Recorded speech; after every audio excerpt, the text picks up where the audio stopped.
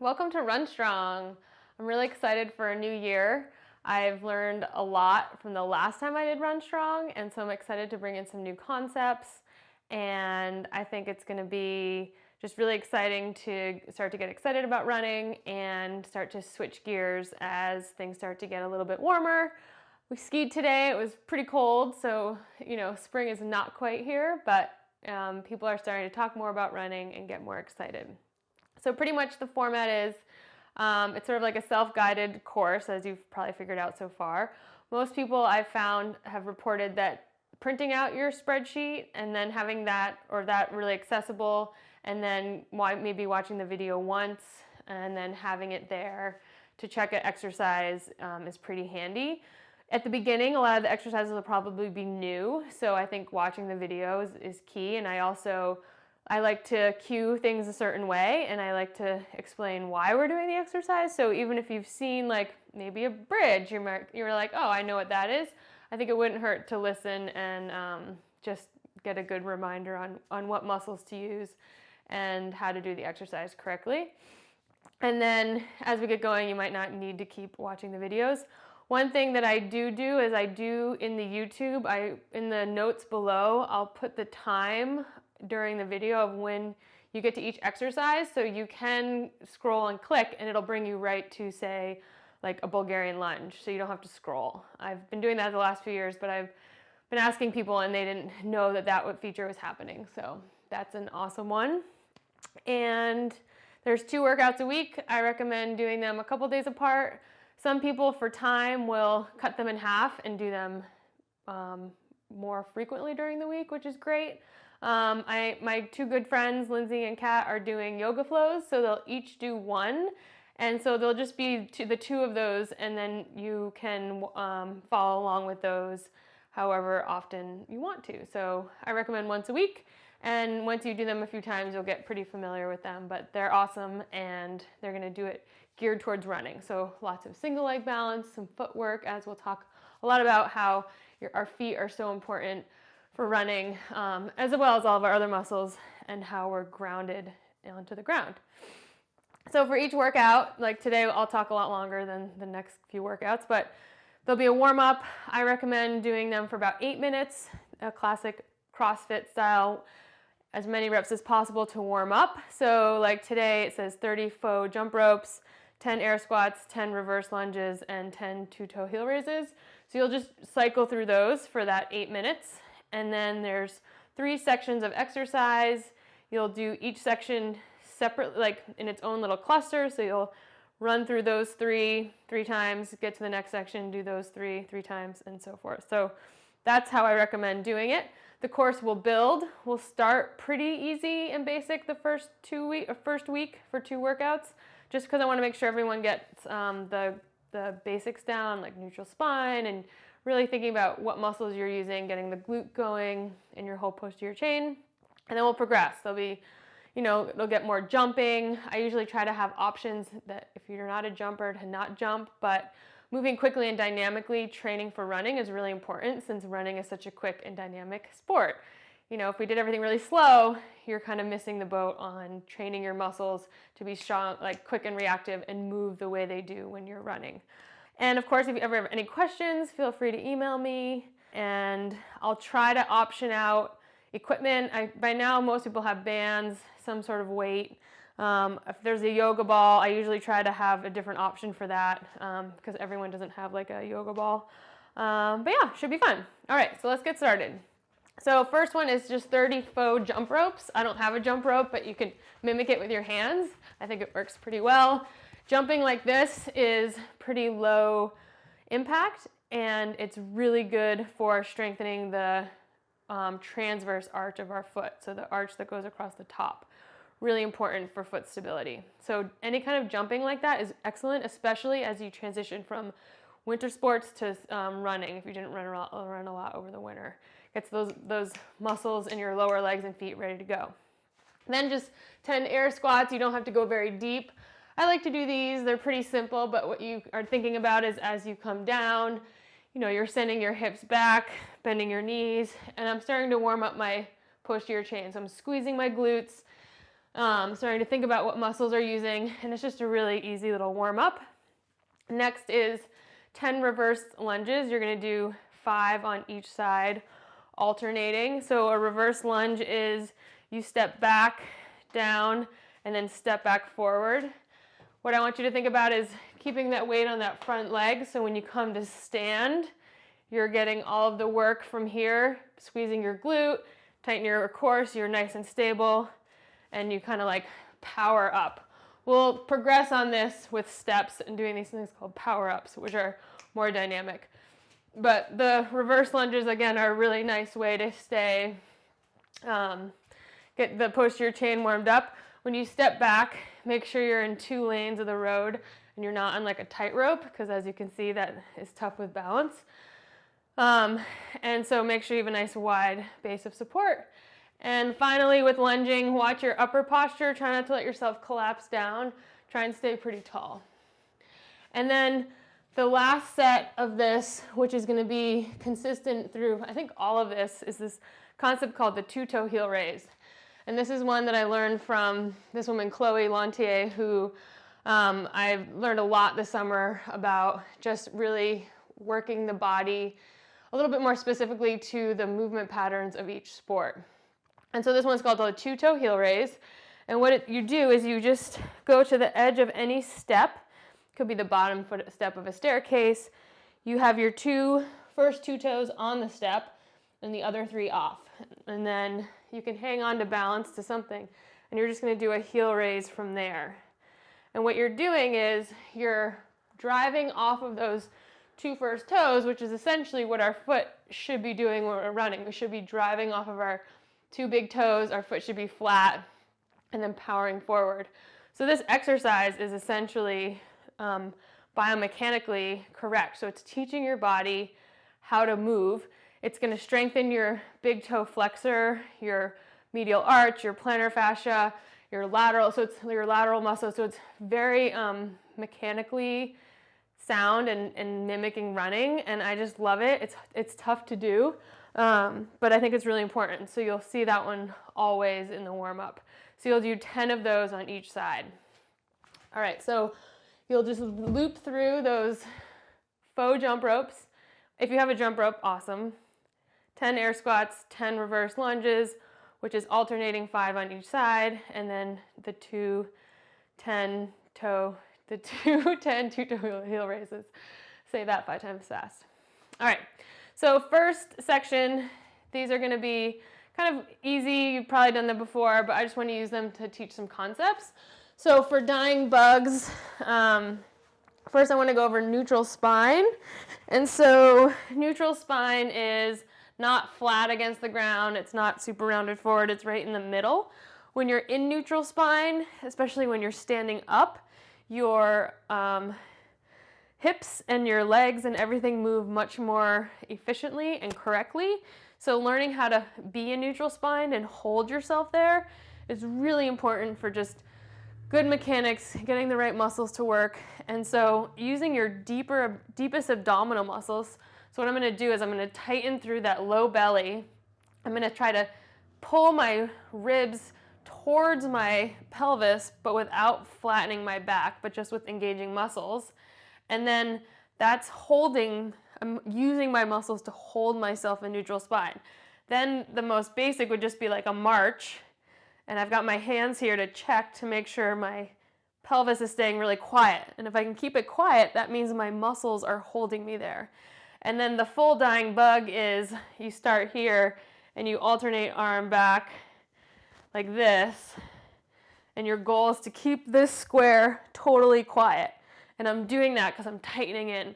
So play around with this one, go slowly, see what you can feel. I usually break it down a little more into smaller steps when I work with patients, but basically you get set up and then you don't want to deviate from that. So you'll do a dying bug for a minute like this, and then you'll transition into a bridge. So take that concept of neutral spine, engage your core so everything's nice and tight, and now I want you to squeeze your bum, and you're going to lift up, core is engaged, super stable, butt stays on, all the way down, and then try and have your back land all at once. Not ribs and then pelvis, because that means you've lost that connection in your core. So this is like a flat back bridge, because you're not moving in two movements, you're moving kind of as one, and you're just hinging from your hips. So tight core, bum on, up and down. Do that for a minute. Don't go super fast. I want you to think about that really important glute engagement, and each time you come down, turn them off for a second and then back up. The further, if your legs are way out here, it's going to be tough on the hamstrings, so bring your feet up, and we'll progress on this. This is sort of the basic for the bridges. Next one, this is another one I learned this summer that's like, it's replaced my clam. So you take a band, you put it around your knees. I'm going to show it this way because it's a 3-step process, but core is engaged just to, lightly so everything's stable. Legs are parallel. You're going to drop both legs to the side, and then you're going to bring the top one back to neutral, and then this one. And then go down, and then return. So your hip rotators are working with each motion. So one's working concentrically, one's isometric, so holding it still, and then one's slowly returning back up. And you should feel this one a lot in the bum, and I recommend using a pretty stiff band. So it's down, up, down, up. So that's your first round. Dying bugs, bridges, banded knee drops. Don't fly through them. Take your time. They're going to seem pretty easy, but again, I want to build on concepts, and we'll progress from here. So the next section, I'm going to have you do single leg balance, and you're going to stand on one leg. You can stand on the ground. Definitely this whole time be barefoot. I should have said that at the beginning. If you can be barefoot, doing everything with your bare feet makes your feet work harder, and they'll get more benefit in strengthening. You can stand on a balance device if you have them, but what I want you to do is just for 30 seconds, try and shut your eyes and balance, because it makes you really start to feel what's happening with your body as it tries to stabilize.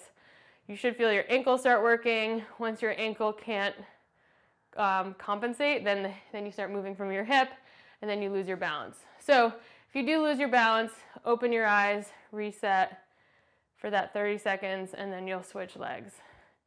Just a nice way to tune in. Next is a donkey kick. So you're going to go onto your hands and knees. In this position, right, we're thinking about what's happening in our front, that neutral spine core engagement. And what's going to happen is a donkey kick is you rotate one leg up in the air, like I'm trying to put my foot onto the ceiling. But what's key is that I'm not going so far with my leg into extension that I get like my back arches. I want to maintain this nice like tabletop back. So I don't want to rotate and I don't want to extend. So to fight that, you have to pull that tight core engagement. Almost think about pulling this together so that the back doesn't pull you out.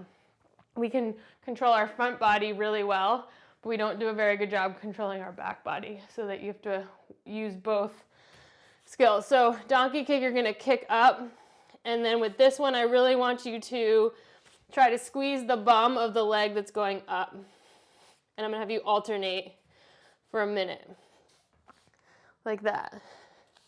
And then next is something similar. I use this to help train your muscles to have your body use your glute in full hip extension, which is important when you're running, right? Because when you're powering off running, often we're in extension, and you need your body to be able to engage that glute, because that's our power. And so you're going to get into a pigeon position, that classic pigeon stretch. So you're going to bring your knee forward, send it out to the outside, and then come down. So this is a great hip stretch. But what's key is that my back foot is on its toe. I'm going to try and just squeeze my left bum, squeezing that butt, lifting my knee straight, and then bringing it back down the whole time, keeping that glute on, and then I relax it. And then I squeeze, up, down, relax, squeeze, up, down, relax. And so you're gonna do 30 seconds on each side with that, but it's more of a muscle trainer than a strengthener. It's teaching your body how to override one muscle, and we often have hamstrings that want to override our glute. So this is your hamstring, this is your bum, and when that happens, mechanics start to get thrown off, and that's when people start to have like chronic hamstring issues. So most people do this one in my patients just every once in a while, initially every day for a couple weeks to start to retrain which muscle fires first. I don't know, I really like it. I feel like I'm kind of getting something done with it.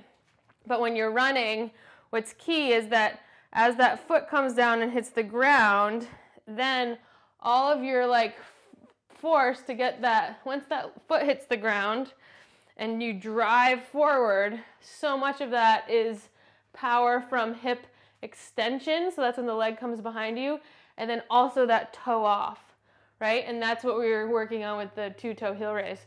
So you're running through, your foot's hitting the ground, and then you're powering forward, and your other elbow is the arm that comes back and is your other kind of power drive point. So it's hip extension, my knee's pretty straight, I'm toeing off, and then I'm driving with my other arm. So that's where you're gonna get your power from. So you'll notice all these exercises that we'll work on, you might be in different positions, but a lot of it is recreating that position, trying to recreate those muscles working, and also stability so that you can be on one leg and really strong and powerful. So we'll talk more about that as we go along, but that's kind of the basis behind like running mechanics. And so if you can be strong, have the right mobility in how we move with running in terms of our form, you're going to be a lot more efficient and stronger with your running technique, and hopefully there's less like harmful stress on the body. So that's the reason why you want to make sure your form and technique is pretty good when you're running. And in order for that to happen, you have to also do the work off when you're not running and make sure your movement patterns are strong and stable, if that makes sense. So again, we'll talk more about it. All right, so the last set for today, I've been talking on and on, just to be a basic plank. We won't do a ton of planks, but I just want to go over it since so many people do planks. So that's just going to be plank on elbows. And when you're planking, I like to tell people to plank actively, so that core is engaged, you know, no more than a minute. I know people like to hold planks for a really long time, but quads are on, core is engaged, and we'll start making them harder and harder and kind of more dynamic. And then the next one is a reverse slider lunge. So you need something that'll slide. This is like an actual furniture slider, but something that slides either on carpet or on your firm floor if that's what you have. But this is going to teach some of that mechanics of powering forward on that front leg. So you're going to stand on one leg, and then the leg that's on the slider is going to pull you back into a lunge, and then through that front leg you're going to power up. And you're going to come back and you're going to power up. And I want you to try to keep your pelvis pretty level. Don't go so far back that your hips have to open. That's too far. Only so far that you can stay pretty neutral here. And then power up through the front bum and strong core. So up and down. So you do 30 seconds on each side. And then finally, you're going to grab something that weighs 5 to 10 pounds. It's called an overhead single leg press. You're going to stand on one leg and then bring one arm to we call like 90-90, and then you're going to press up and down, but you have to keep everything quiet from your ribs down. So you have to maintain that leg up and then try to keep your pelvis level. Don't let yourself hike. You're just going to go up and down. 30 seconds on each side. and try and have your shoulders up and back. So that's workout 1. Take your time, think about what you're feeling, think about what muscles you're using, and I think it should be great. I did this workout the other day, and I definitely felt it a little bit the next day. So it's these sneaky little muscles that'll get you. And yeah, have fun, and we'll keep rolling along. So I'll see you at the next workout.